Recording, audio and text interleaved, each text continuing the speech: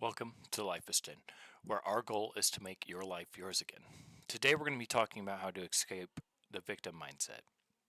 Now, what I mean is a victim mindset refers to a persistent belief that one is constantly the victim of circumstances or others, leading to a feeling of helplessness, blaming, lack of personal responsibility. And here's a more detailed explanation.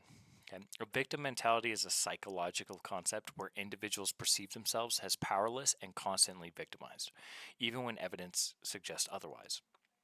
Key characteristics: blaming others. Individuals with a victim mindset often attribute their problems or misfortune to external factors or other people, rather than taking responsibility for their own actions. Lack of control.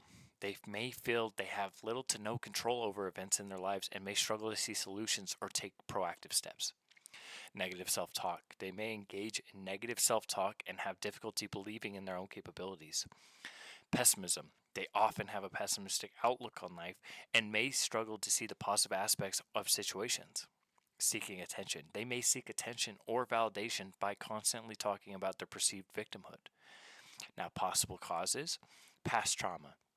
Experiencing traumatic events can lead to a sense of powerlessness and a belief bad things always happen to them. Learned helplessness. Repeated exposure to situations where they lack control can lead to a feeling of helplessness and a belief that they cannot change their circumstances. Lack of self-confidence. Low self-esteem and a lack of belief in one's own abilities can contribute to a victim mindset. Now, what is the impact? Relationships. A victim mindset can negatively impact relationships as others may become frustrated or resentful of the constant negativity and lack of responsibility. Personal growth. A victim mindset can hinder personal growth and prevent individuals from taking a risk or pursuing their goals. Mental health.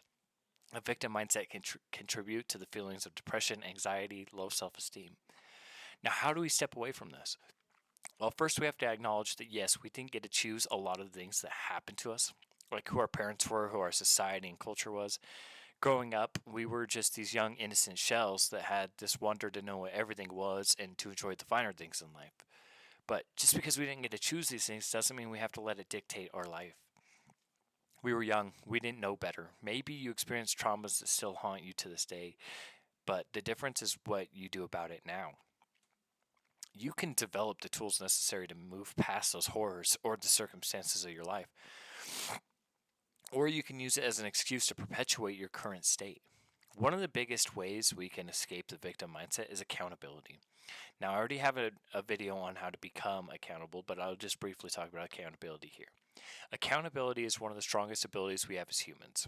Now, let's say something bad happens to you in your life, whether it's a car accident or your significant other leaves you or you get fired at your job. Whatever it is, you must take accountability for it. But we need to be careful here, because here's the thing. If you did do your best and you truly believe you did, then that's enough. If that's the case, then I don't necessarily mean that we need to blame ourselves for that happening. That just perpetuates the victim mindset.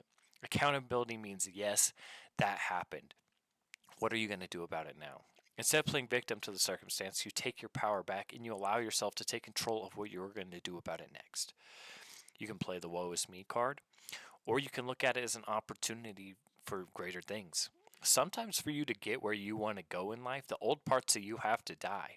For you to transform into a butterfly, you got to transform from a caterpillar to a cocoon of bug gut soup to a beautiful butterfly. If it ain't going to be quote unquote easy, but it will be worth it. Okay, when we take accountability for our lives instead of blaming others, we take the ability to create the life we want. In life, you can consciously or unconsciously play the game of life. Now, when you do it unconsciously, the tides of life will push and pull you around at its own will. Your society, your environment, everything around you will dictate who you are, what you are, how much you're worth, and it will put a limit on you. Now, when we do it consciously, we take the ability to create the life we desire. There is a lot we don't get to choose in our life, but just know it's working for you, not against you. In Stoicism, the most talked about piece of advice is from Marcus Aurelius, and he says, control what you can, ignore what you can. The ego strives for control. It wants to know when and how, but life just doesn't work that way. You are in control of your actions. You are in control of your emotions and thoughts. You don't get to dictate what others do or how events play out. Try as you may, and you will not find yourself free from suffering. When you shift your mindset and psyche this way, something very powerful can happen here. You find yourself excited to see what comes next instead of anxious and terrified. Now, fear is an obstacle, great, but once conquered, the higher qualities of life appear. You'd be hard pressed to find someone who doesn't want peace, joy, fulfillment. Why? Because deep down, that's what we're all searching for. The mistake is when we think we'll find it outside of ourselves, especially in like drugs, alcohol, sex, toxic behaviors, and whatnot. Now, I'm going to let you in on a secret. Those qualities are already inherent to you, they are on the inside, and you will search until this body dies if you keep looking for them out there. But we need to move through the clouds, the traumas, the insecurities, the feelings of not being enough, doing enough, or having enough. We need to move through the anxiety of not knowing what's next, and we need to move through the depression of what has happened. Nothing in this life can truly matter in the end except for the development as you move through this lifetime. So what if you become famous or have a bunch of money and material pleasures? Like, those things are all great. All things come to an end. What makes life really worth it for you? Some people can indulge in the material pleasures till death, but at the end, what do you have to show for it? Hundreds, maybe thousands of years, if you're lucky, your name will be talked about. And then what? Pursue greatness, but start from the inside. Be accountable for your life. Take responsibility for your situation. Forgive yourself. It's not anyone's fault, and it isn't your fault.